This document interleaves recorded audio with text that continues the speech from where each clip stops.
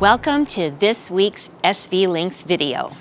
This week we got a lot of stuff done over at the lot, and also some work with some of the companies we order stuff from, and some at the design desk. But at the lot we got bulkhead number 6 completely finished. That's Big Bertha, our favorite. But she's the last of the bulkheads that we need ready to flip, well, for when we flip over the canoes so we can insert them in. So we had to get her done this week. Yep, so in the office we had meetings with Goyot and Schionning to discuss the Salon to Cockpit window and the rudder shafts. Right, but we also, as I mentioned, did some design work, and we made some modifications to what we're going to be building when we get to there, which is coming pretty soon.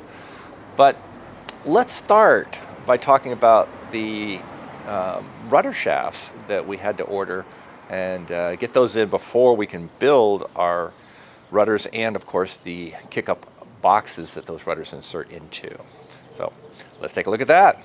As you can see here, these are fairly complex elements, ones that must be machined for us with pressure-fitted rods. The shape tapers on the main shaft, so these aren't just a simple tube. We ordered these from a machine shop that Schionning recommends in South Africa, and they'll be shipped to us soon. Now, we tried several machine shops locally, but they didn't want to take on any one-off jobs like these custom shafts, so we went with Schioning's recommendation. The price for the rudder shafts and attached rods was about $500 per unit, so we ordered 3. We decided that we would rather have a spare one already on board in case we ever bend one. And at $500, that's cheap insurance. However, before the machine shop can custom manufacture these rudder shafts and their rods, we have to create our own tubes from fiberglass, and these have to be done first because we have to know what the inner diameter is of those so that the machine shop knows the way to shape these shafts to go into the things that we make. But we're going to get to all that in an upcoming video. So now let's talk about our custom-made Salon to Cockpit window hatch. Goyot sent us some 3D renderings, which we need to approve before they can start manufacturing in France. Right, but here you can see I superimposed those hatch renders that they sent us over the boat so that you can get an idea of where this goes and how it works. This is the closed position of the hatch. It has 5 latches to make it very secure, but if we wish, we can leave the side latches unlatched, and the 3 bottom latches have a locked position that keeps the window cracked open for airflow into the salon while we're out, so that it doesn't get too hot inside while we're away. Yet, we don't have to leave the window unlocked. Here you can see it in the open position where it rotates up to the cockpit roof over the table where it's out of the way. In this configuration, we'll get airflow from the 4 large Lux Air hatches at the front of the salon, sending air back to the cockpit table when the window's up and the slider door open, as shown in this image. So that's the new hatch from Goyot. They'll start making it now that we've approved it. Let's go to the lot and show you what we accomplished this week on Big Bertha.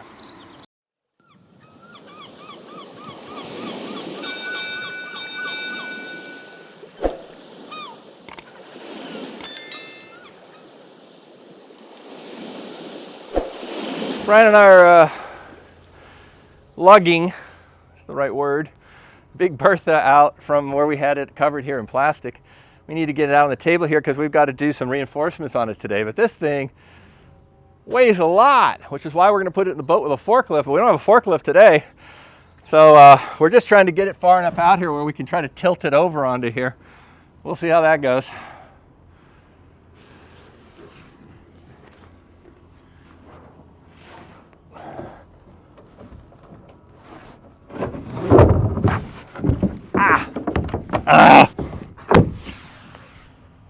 It went. I'll say that. Let's get it up on here a little bit.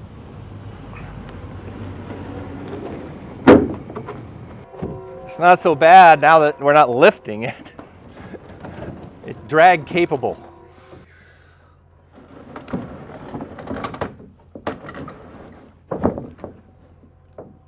Oh, it's the 2x4. All right. That's where it's going to have to be. We'll have to put some support out here, though. And we had to put it out here on an angle like this because I want that 2x4 to fall into some of the gaps there. So we're going to block this up so that this is level. We have to be able to reach to put some laminations across the angles here, and so we have to be able to get around to these spots. So that's why I want to use the open cubes here, where we can get inside here to work on this. Coming across here. All right, well, that'll work. The next thing we'll do is level this whole board, the bulkhead itself. We sort of leveled all these cubes as best as possible, but now we'll have to individually level this. So fortunately, since we leveled those, for example, that's really close to level right there. Same thing. Yeah. We'll probably have some very thin shims, but this is almost completely level, at least in this section. I'll check those over there. So won't take much work to get this level. We tended it because there's a breeze blowing today, and you can't see it, but it's a gentle breeze, and it would have taken this dust right off the lot. We don't want to bother anybody.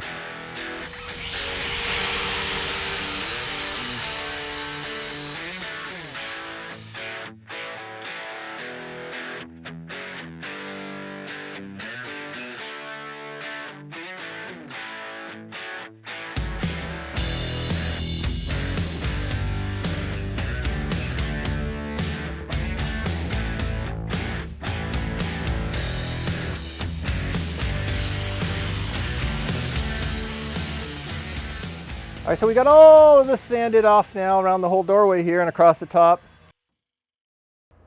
Now, we want to put the reinforcement on, but of course, there's peel ply on this, so we're gonna have to pull all the peel ply to get down to where we can put the reinforcement and glass that on. That's our other table with it is up there that has the plywood on. I think we'll just go ahead and use Bulkhead 6 here as our table to cut the fiberglass on. It'll be fine. We're cutting the first strip that'll go down actually on that side over there, but goes about through the center. And these strips are just to strengthen up certain directions on the bulkhead, simply because Schionning has calculated certain kinds of stresses on it, and this is where it needs reinforcement. Don't forget that it already has layers of fiberglass on both sides of this foam. This is just an additional in certain directions that we put on.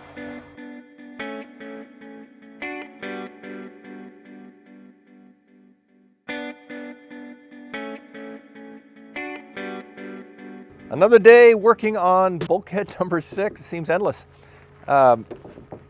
Yesterday we spent the afternoon cutting all of the various fiberglass pieces to epoxy on, but got too late to actually do the epoxy work, so we're going to start that this morning.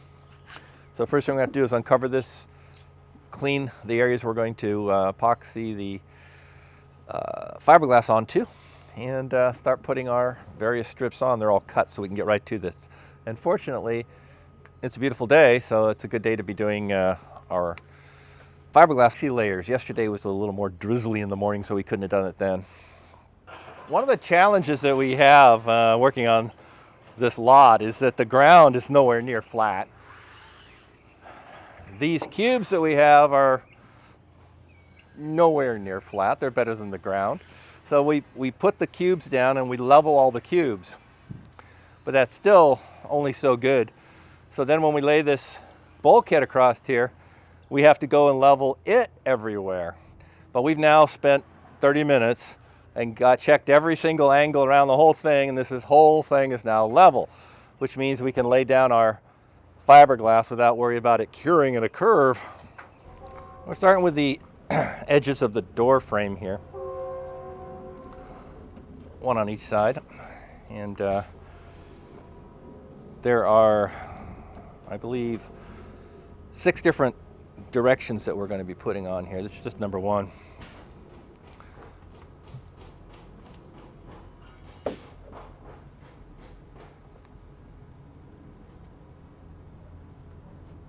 Is it too long down there or just right? No, just right.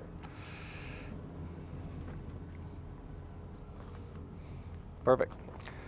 All right, the next one we're going to be doing is all the way across the center of bulkhead 6. We'll begin with this one. All right, which is right here. Oh, we got to put the peel ply on the door first, though.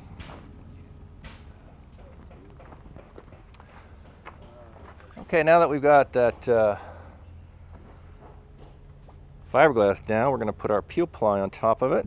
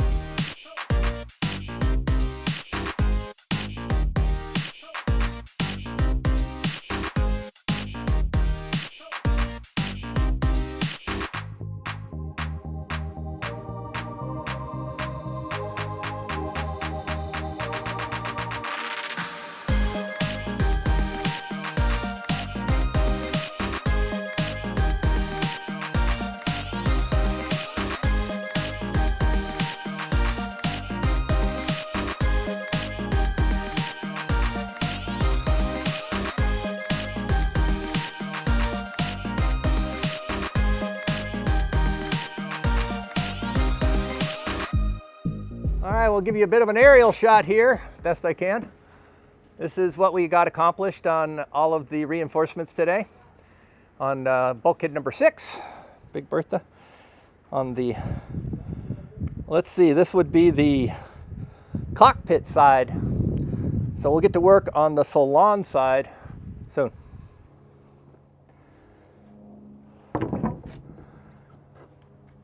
So today, to start with, we have the exciting task of flipping Big Bertha over. And if you remember earlier in this video, I didn't go that well. We flipped it, but it was ugly and awkward. So we're going to try and flip it on top of the panels right now, but we don't want to tweak that top, so we're going to put our braces back on right now to hold this bottom properly. Had to take them off to get this fiberglassing done.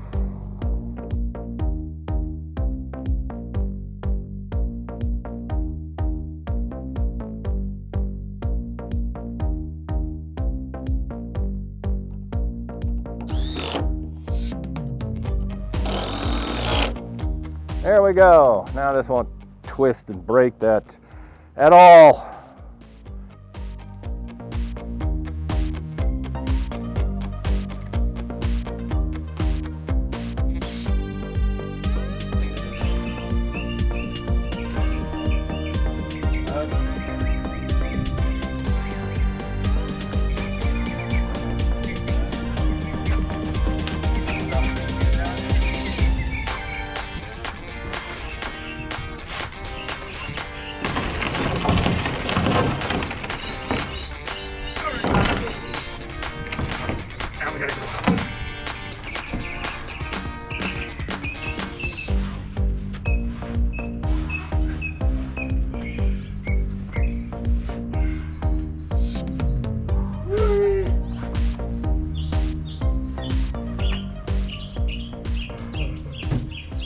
This is exciting. Okay, get it up right. So we get up kind of right, upright, so that you can balance it. Because I'm holding a lot of weight right now. I got to get on the other. One of us has to get on the other side, and then the other.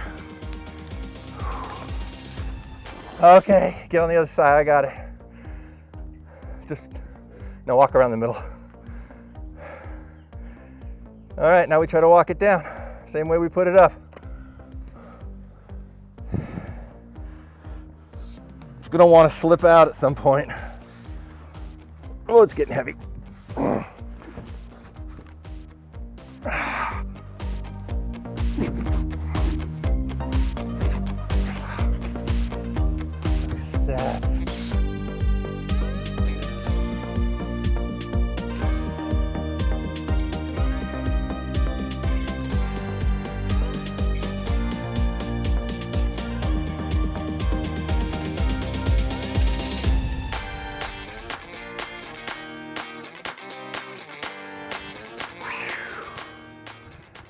And now you know why we need our forklift to lift this panel 10 feet in the air and drive it down the middle and set it into the holes in about a week or so. Because human power is not going to lift it that high. The thing is really heavy. The most difficult part of doing these reinforcements isn't flipping the thing over. We just did that, and as much of a pain as that was, it took more talk than it did actual time to do it. Pulling the peel ply, the last one took us almost an entire day, about 4 or 5 hours. So we'll see how long this one takes us.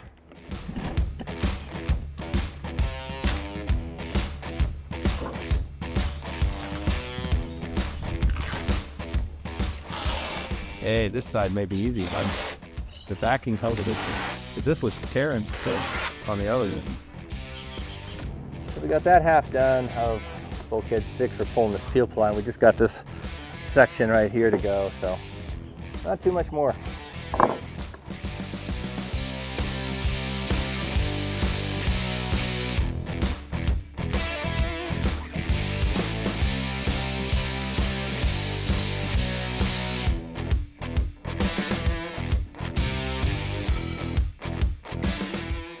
The good news is, it's always good news. The good news is we're done, and it's before lunch.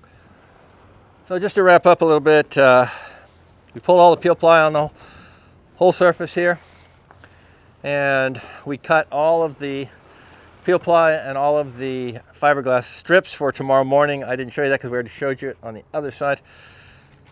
So tomorrow morning we're going to get in here and put the last of the fiberglass on, and bulkhead number 6 will be done tomorrow. Trying to get this whole thing level before we can put the fiberglass reinforcements on.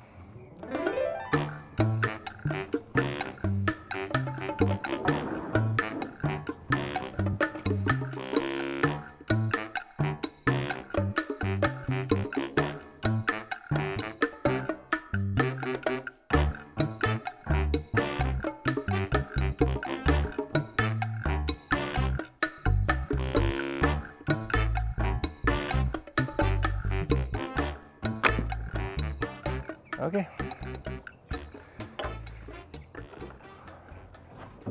Level. Everywhere. All right, time to get started on the final side of Big Bertha, of the final bulkhead.